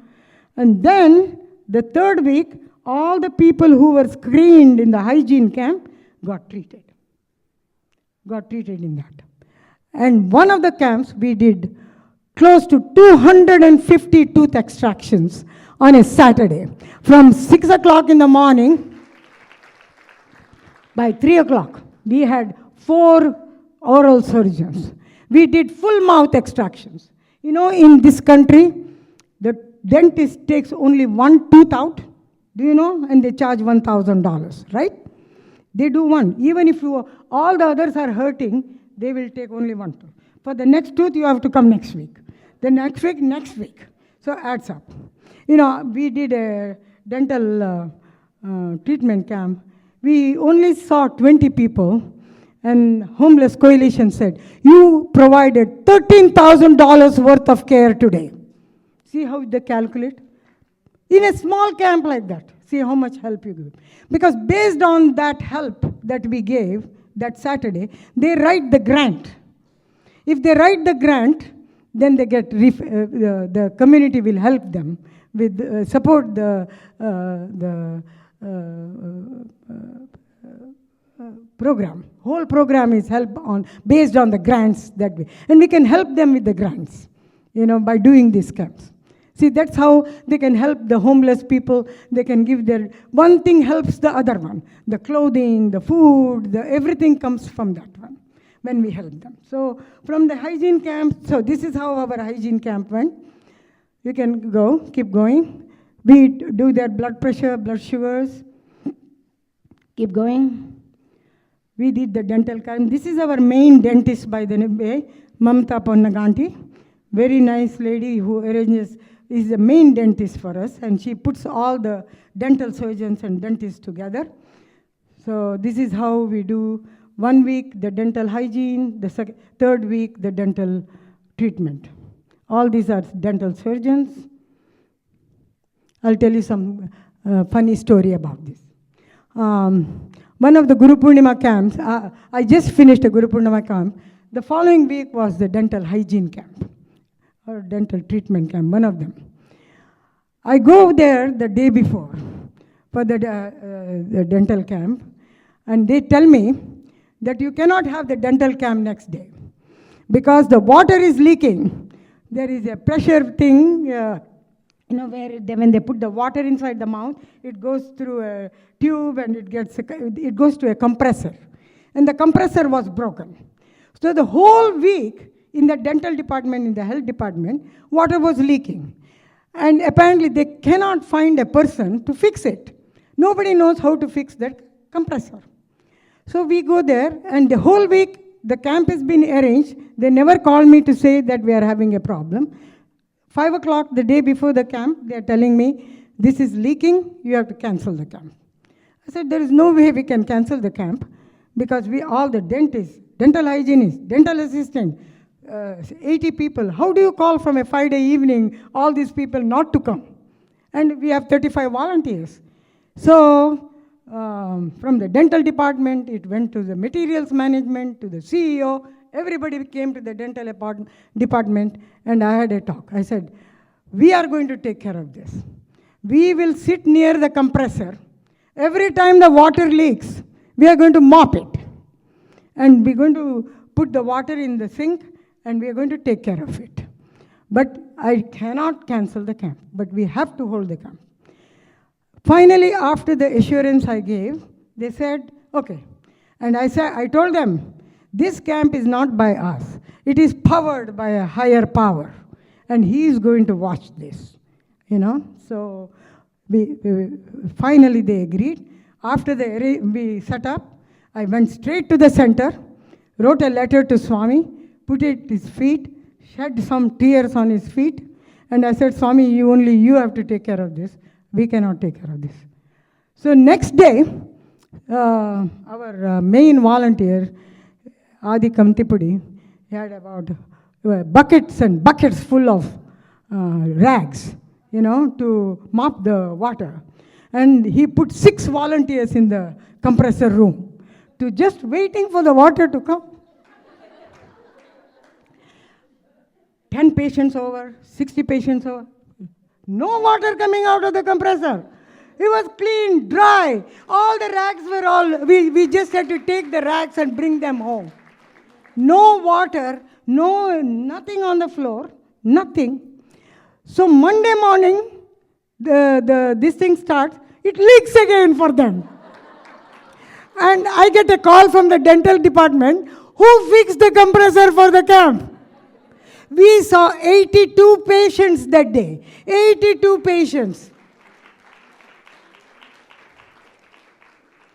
I said, call on the high power. I said, not my power. You know what happened that day? I was sitting at the exit area. There was an old man that came, sat in front of me, and he said, the registration people were trying to register him, and he said, no, I don't need a dental work. I just want to sit here. And he sat there. So I said, why are you here? He said, I want some coffee. I was sitting here all night, he said. He said he was sitting there all night outside waiting. I don't know what he was doing. Then it didn't occur to me what was going on. So I told the volunteers, get him because we have breakfast bags, give him 2 breakfast bags and give him 2 glasses. He had his breakfast, and when he was left, I said, oh my God, that must be Swami. That must be Swami. He was sitting there and he was telling me, I was here all night. What was he doing? Holding on to the compressor? But, it never occurs to you. He puts you in a kind of a maya. He never tells you, I came as a Swami or anything like that. But he showed me the presence of us. But Swami is there always to help you. In the same dental rooms, one of the camps when we went, 3 rooms were out. 3 rooms were out. One, the light bulb went. Another one, water was not coming. And the third one, the seat, the dental chair went up, but it was not coming down. So Mamata Panaganti came and she said, Dr. Kamat, we have only 3 rooms. We have these many patients and we have to finish by 3 o'clock. There's no way we can do this. So I said, hold on. Ran to a bathroom there. And I said, Swami, he's every time in problem, that calling him instantaneously. My presence is instantaneous. I said, 3 Gayatris in that bathroom. I said, I want your presence now. Now. And I said the prayer, went back to the dental room. Bulb is on, water is coming, chair is down.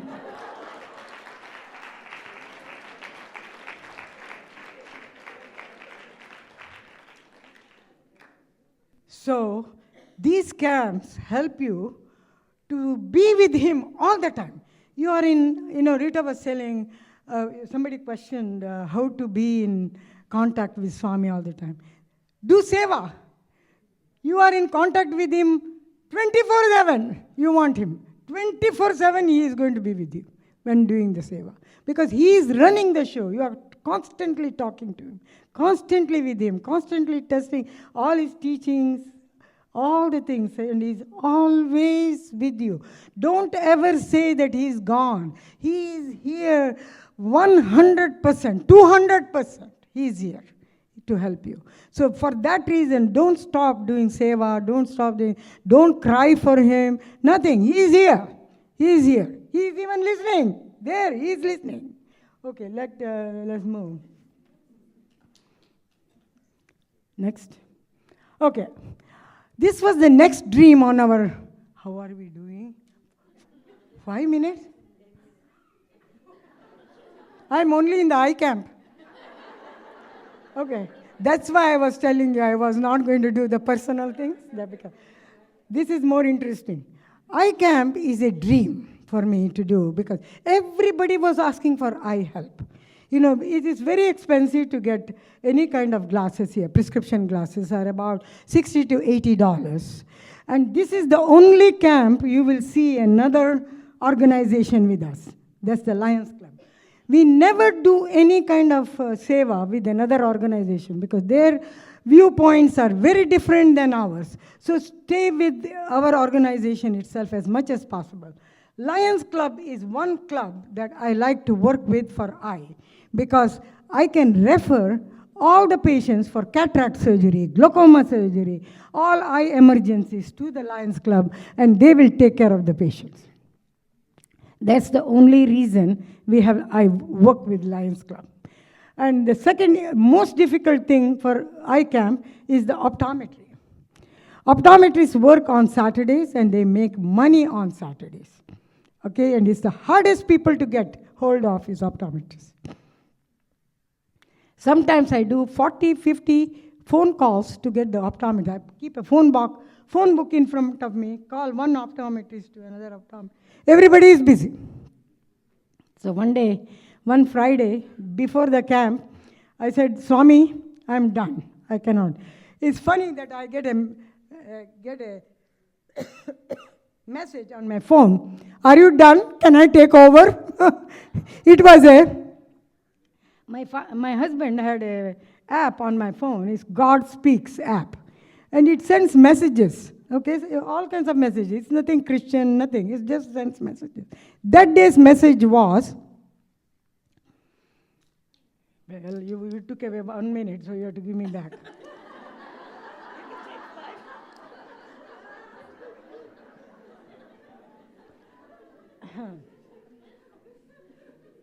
So, the iCamps are the most difficult camps. In fact, when we did the first camp, Saturday is the camp, the Wednesday before, not the week before Wednesday, I don't have optometrists, I don't have ophthalmologists, I don't have refractors, I don't have anything. I have only about 25 volunteers. What am I going to do with the iCamp with them? So I was working in the office and I said, Swami, I've never cancelled a camp after the flyer has gone out. How can we cancel? So I ran to the Swami Center, which was right next door, and I said, Swami, we need your help.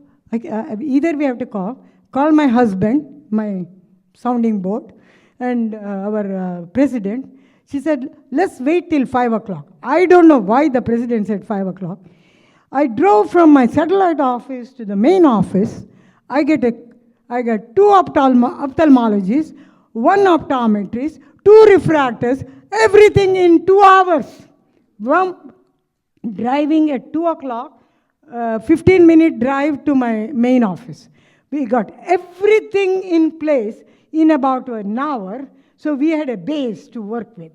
You know, we had a base to work with. Finally, the camp took place by Swami's grace. We saw 180 people for that camp. We were able to give all of them prescription glasses. And that's one thing Lions Club, by the way, helps us, is that Sai organization and Lions Club, we go 50-50, and it's about they charge about $50 a glass, but we share the money, and we provide them with eyeglasses. So iCamp is very special. People appreciate that very much. Next, keep going. All these are optometrists, and we do slit lab examination, we do fundoscopy.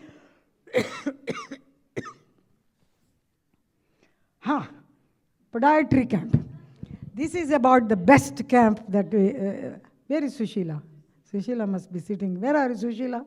Ah, there you are. Okay. This is a dream camp.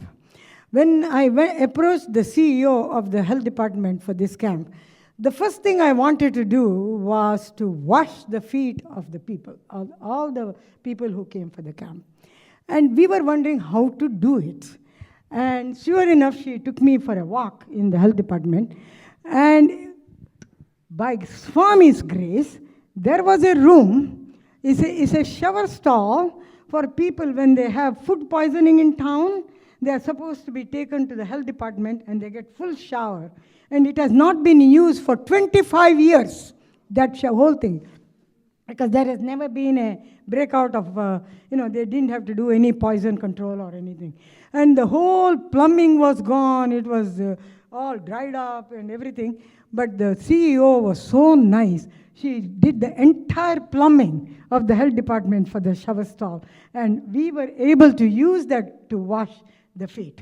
Initially, everybody was shying away from washing the feet, but eventually, all the young adults, believe it or not, everybody wants to wash the feet. So, we had to put a schedule for everyone, because it was such a hot potato. Everybody wants to wash the feet. Okay, so this is what we do. Wash the feet, put on the clean new socks. Then we do blood pressure, all that. And the podiatrist will come and examine the feet and then give them all new shoes. That's the best part of it. And then we give them breakfast and lunch. Morning people will get breakfast, evening people will get lunch. Okay, so we need podiatrists, nurses, non-medical volunteers. This is how the crowd is. This is the side door entry to the shower. We wash their feet. Next. Yeah, we clean their, get a towel. They even get a towel. And then we put a fresh socks. So when, after that, they get a blood pressure and blood. Next. Keep going. And there are wonderful podiatrists. One thing about podiatrists, thank you, Sushila. Your colleagues are very, very nice. When I ask for podiatrists, within about 48 hours, 10 of them sign up. That's very good. For a Saturday. So all of them come and they do a very good examination. You should see the amount of toenails we collect that day. Oh my God. It's impossible. We scan all the charts. For all the camps, by the way, we scan their charts because we have to keep them for 8 years. We follow all the rules of this country. And then we give them new shoes. And this is where the volunteers are specially trained. You know, we want to please them. I always tell them, remember, Swami is sitting there, and you are giving the shoe to Swami. And Swami is saying, I don't want black, I don't want white, I don't want red, I don't want this. I want wide, I want long, I want small, I want this. But we try to please them every way we can. And if we cannot please them, we take their name, the phone number, and we take their size, the color they want, and we make a list, and we deliver it to them. And that's how the extent we go to this day. And this is the shoe room. We have lots of volunteers in this room to help and please all the people, and we give them the lunch. Next. Okay, that's the exit of the podiatry camp. Let's do. This is the latest of the camp that we adopted, only about 3 years old, this one is. That's the one Devi was talking about. This was last week, the camp was, but we have been doing it for 3 years, where we serve in the soup kitchen two Saturdays a month. We make fresh meal. We started with vegetarian food, believe it or not. We thought nobody is going to show up. You know, believe it or not, people look forward for our preparation these days because we make it fresh. There's so much love. There's so much compassion. We give them seconds. We give them third. We treat them like our own family. And we have a recipe book for the Saturday soup kitchen. And we choose, we have sponsors. We have 24 sponsors because 12 sponsors on the second Saturdays of the year, and the fourth Saturdays of the year, 12 sponsors. And there's such a backup of, you believe it or not, how many people want to help. And the reason I do this is we don't want to only have center members do that. We encourage their colleagues, their friends, their neighbors, anyone to come, because when it is service, people want to come. That's the best way to introduce them to Swami. They will understand what is Swami's teaching when they come for that seva, soup kitchen seva, because they are taught how to treat the homeless. So that very place, we came up with the idea of doing this personal hygiene camp. Unfortunately, they live under the bridge there. There are about 100 people live under the bridge. They don't shower, they don't, no haircuts, no clothing, the same clothes they wear for one whole year. You know, it's pretty bad. So we did this last Saturday. Keep going. We registered them. You can see my husband and Akshay at the registration desk. And then we give them haircuts. There were 6 wonderful hairdressers last week. And we did the haircut, all of them. Keep going. There, we got the 100th guest. 100 patients we did for Swami's 100th birthday. And we started at 9 o'clock, 12:15, the 100th person came. 12:15, because we were supposed to be there till 2 o'clock. By 12:15 itself, we finished 100 people. So we were able to do, and we gave those kind of t-shirts, help ever, hurt never. They love it. Help ever, hurt never, love all, serve all t-shirts to all of them. All of them got the jeans. All of them got the underclothes. Okay, so you can see all this thing. This is the kitchen. They prepared the veggie burgers for everyone. They love our veggie burgers and fries and ice cream. That's what we were served here last week. So that was the personal hygiene camp. Prashanti Nilayam camps. Okay. It was 50th year for me last birthday since I worked with the Guru Purnima birthday camp. Guru Purnima camp started much later.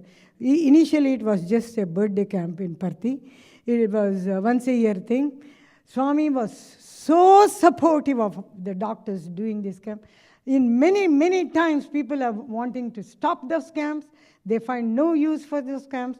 But Swami has insisted that camps take place because for most importantly, what happens is it transforms the doctors. See, you all think that doctors are some high up. Swami calls us egos. When we were 25 of us in the interview room one time, Swami said, there are 25 egos in this room. 25 egos. Everybody knows, and one of the cardiologists said, Swami, we don't have any time to do, pray and things like that. Swami said, how many patients do you see? The guy sees 60 patients a day. Definitely you don't have time for God.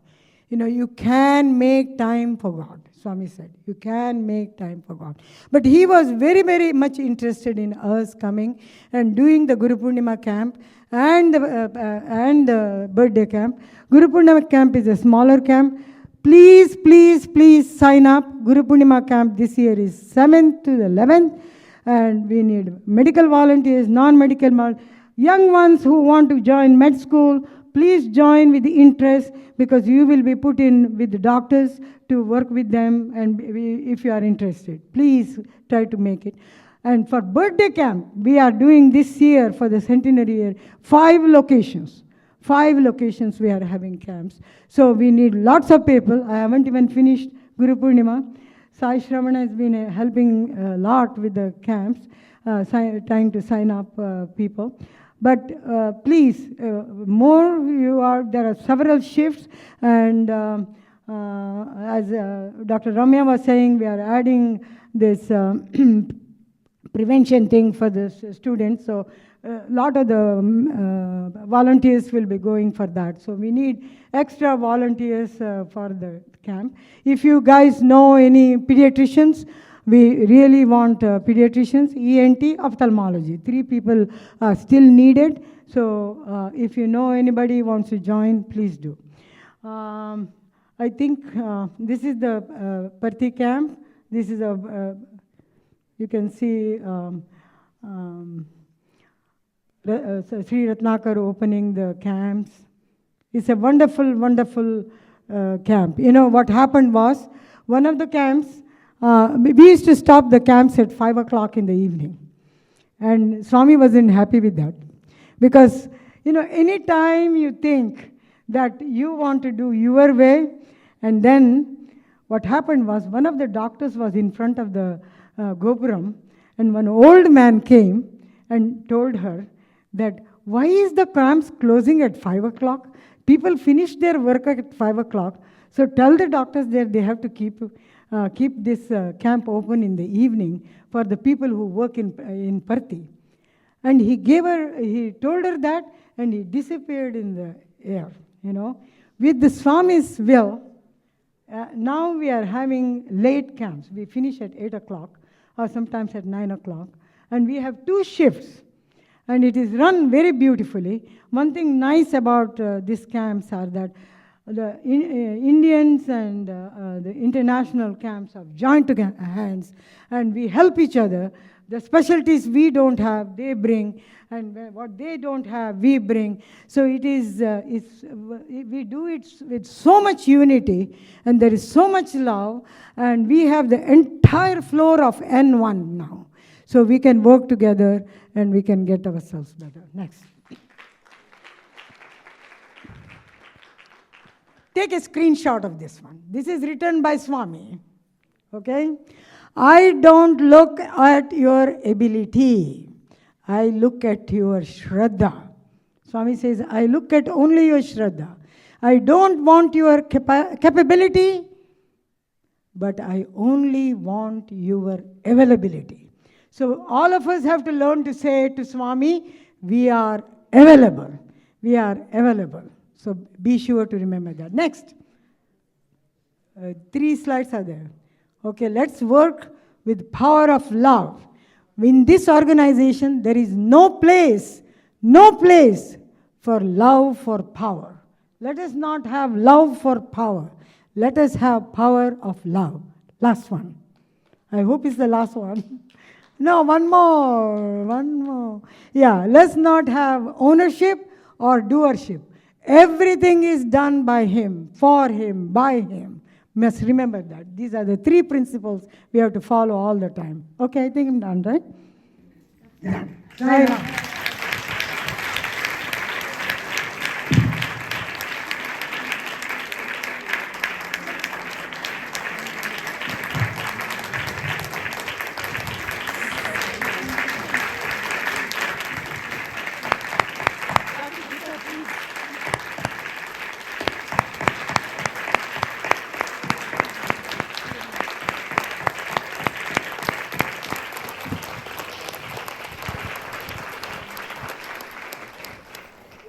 I have no words. I think we were all riveted, inspired, brought to tears, just amazed by this amazing woman and a leader, enthusiastic, loving, firm, forceful, compassionate. She's the real deal.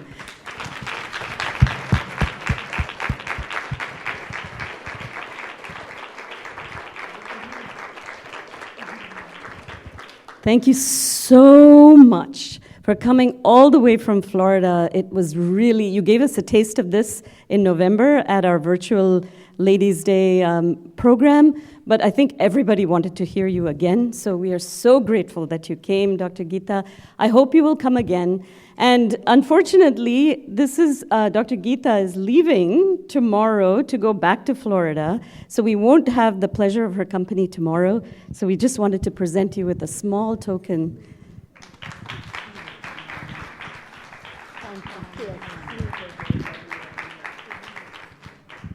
So I know that none of us will mind missing the break because this was such a fantastic talk. So I think for now, we will split up into our workshops for this afternoon, the only session where there are 5 concurrent workshops. So 3M Mind Management is here. So those of you who have signed up for that, please stay here. The rest of you, please make your way out to the front of the temple, and somebody will show you how it's just around the corner, and you go down to the basement where there are 4 workshop rooms, and there will be people to help you. So Sairam, see you back here at 5 o'clock after the tea and chai, which will be downstairs after the second workshop. Sairam.